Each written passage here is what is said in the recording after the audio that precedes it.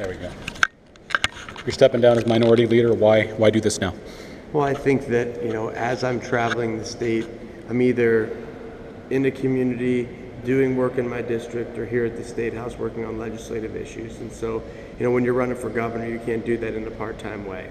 And I didn't want to sell the caucus short when it comes to fundraising and when it comes to candidate recruitment. So I think the time was right in order to make the move as minority leader, go back to a lot of legislative work, back on committees, education, transportation.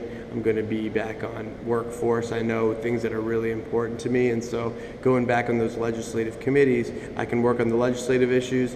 On the campaign end, I can devote full time to running for governor in 2018 and allow Senator Yuko to take over as the minority leader. Are people just moving up the ladder as far as the leadership goes, or do you have a leadership slate? I mean, who's same team, just swapping me out for Yuko. Okay, Yuko wasn't on leadership before. No. I see. Okay. So it's not going to be we're just going to switch offices. I'm going to take his committees for the most part, and we're going to move forward. But I just didn't want to sell the caucus short and not be able to vote 100% because that job is very time intensive, and I did not want to continue to try to do both. And so, how do you feel about what you've accomplished as minority leader in the Senate? Yeah, I think we've done a good job of bringing issues to the forefront that affect all Ohioans. I've tried to push my members to bring issues when it comes to proper funding of education and accountability and transparency for charter schools, when it comes to job creation, when it comes to safe communities.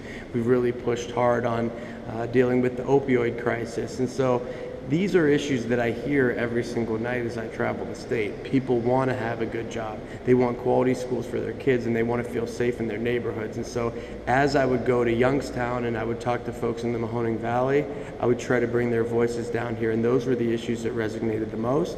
Those were the issues that I worked on the hardest. And I think that our caucus really did a good job of bringing a common sense perspective from every corner of the state on those issues, and I think we've made a lot of progress.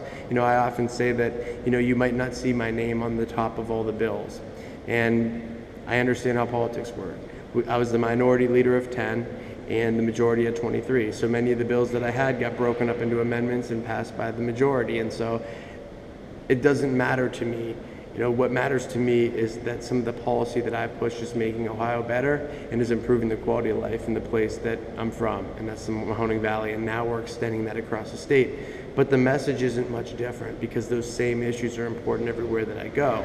And so it's reassuring to me that these issues are issues that everybody wants to talk about, that everybody wants to see improved, and the legislation that I've brought forward in the last 8 years, I can show to constituents all across the state and say, these are the things that I've worked on as a state senator, and these are the things that I would work on as a governor in 2018. So it makes sense, and people appreciate that straightforward approach and just my ability to show them work rather than just talk about something that I might do if I happen to get elected. You've got a bunch of people running for governor. Yeah. How do you compete against some of the other big name Democrats that are out there? You just put in the work, and you put in the work every single day and every single night. You travel to every community. You talk to people about what's important to them. When I go into a meeting, I'm going to one tonight. I'm going to Plain City tonight. I know that I'm going to Seneca County coming up. I'm going to Lima coming up. I'm going down to Claremont coming up. There's so many meetings coming up every single night. And when I go to these meetings, I do a very short introduction, and then I do a conversation with people. So it's not me just giving a speech and blowing out of there. You go in there and you talk to people about the issues that are important in their community, and then I tell them, look, I'm a state senator from Youngstown, but allow me to be your voice if you don't feel like you have a voice in the State House. I can bring legislation for you that can make an impact at home.